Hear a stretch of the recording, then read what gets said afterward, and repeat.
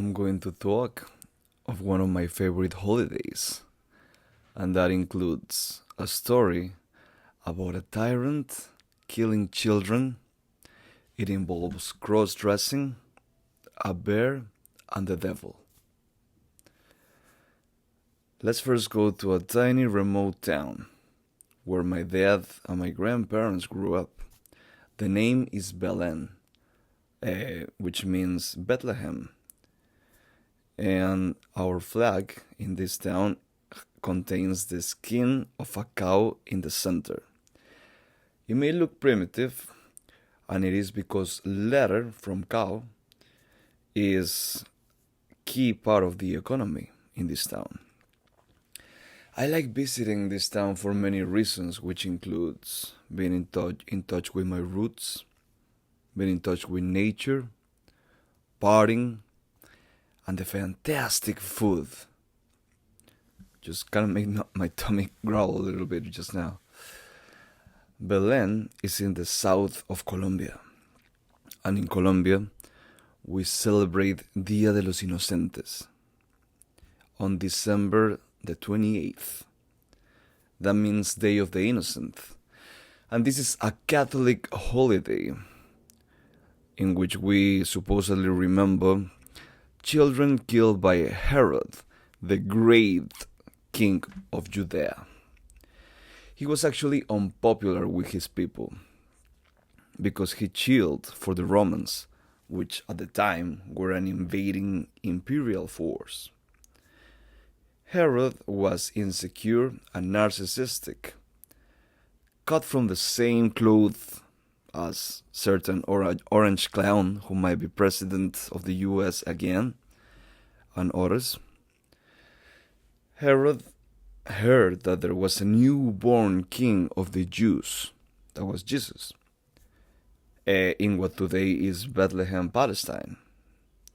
So King Herod wanted to be king himself and felt threatened by a newborn. And like a well-adapted person, he ordered the massacre of all the boys in Bethlehem that happened to be under 2 years of age. Those kids are known to Catholics as the Holy Innocents. In case you were wondering, Jesus got away from Bethlehem before the killings happened, fled to Egypt, and survived. With that being said, in Colombia, we celebrate the Day of the Innocents like people in the US celebrate April Fool's Day. That is, as you may know, jokes, playing pranks on each other, fake news, all of those fun things. Why do we celebrate a holiday about murdered children with jokes and pranks? I don't know. Humans are weird. Our modern holidays absorb pagan traditions and celebrations. And if you don't believe me, ask a rabbit who paints and hides eggs because some guy supposedly came back from the dead. Now, Day of the Innocent, again on December the 28th, is different in Belen, in the little town.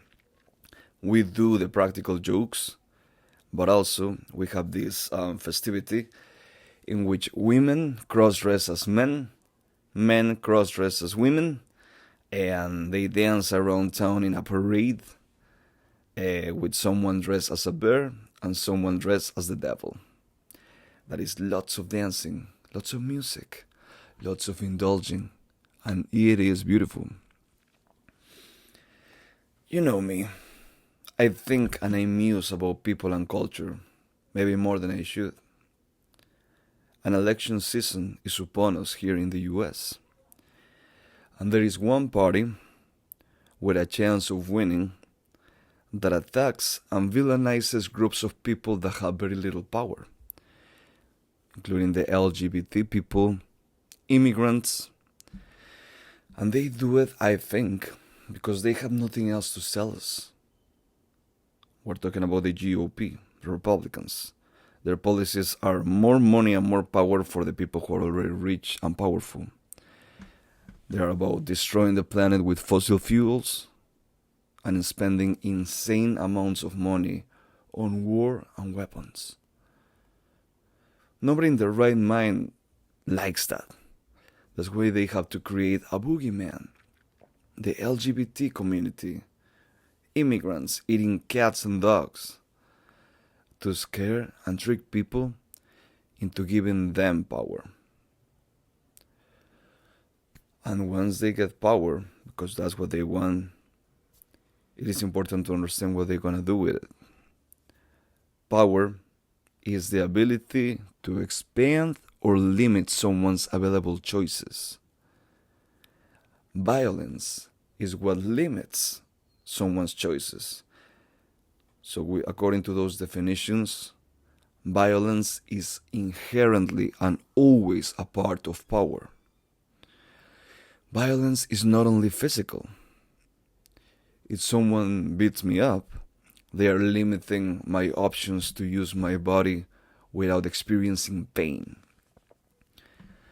Non-physical violence includes passing laws that limit what you want to do with your body, which could be transitioning, which could be using poverty blockers, abortion, a system that prevents you from seeing a doctor without going into debt, without facing bankruptcy, is also violent.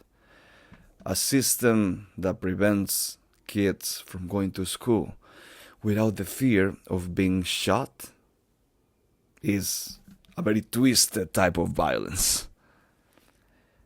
The Republicans, all they have to offer you, us, is violence. Therefore, I would like to invite Governor from Florida, Ron DeSantis, Shaya Raishik from Lips on TikTok, Matt Walsh, Candace Owens, and all of these ghouls and goblins to my hometown celebration, in which we cross-dress and dance with the devil, so I can see their heads explode in real time. In all seriousness, I do believe anyone who buys into the GOP theory of change does suffer from major moral, spiritual, and or educational deficits. And finally, I want to come back to King Herod and the innocent kids in Bethlehem. Writer Jean-Baptiste Alphonse Carr wrote, "The more things change, the more they stay the same." Can't help but thinking that back then and now, we could argue that we're being ruled by tyrants. And in that part of the world, where the innocent kids were murdered, innocent people, including kids, are dying and suffering right now by the thousands. And that is being done not under the Republicans, but under whatever is left of a democratic administration, and is being done using our tax dollars. And that is terrible. Thank you for listening and for allowing me to make you feel depressed as I talk about my favorite happy holiday celebration. Stay safe, stay strong, and I'll see you in the next one.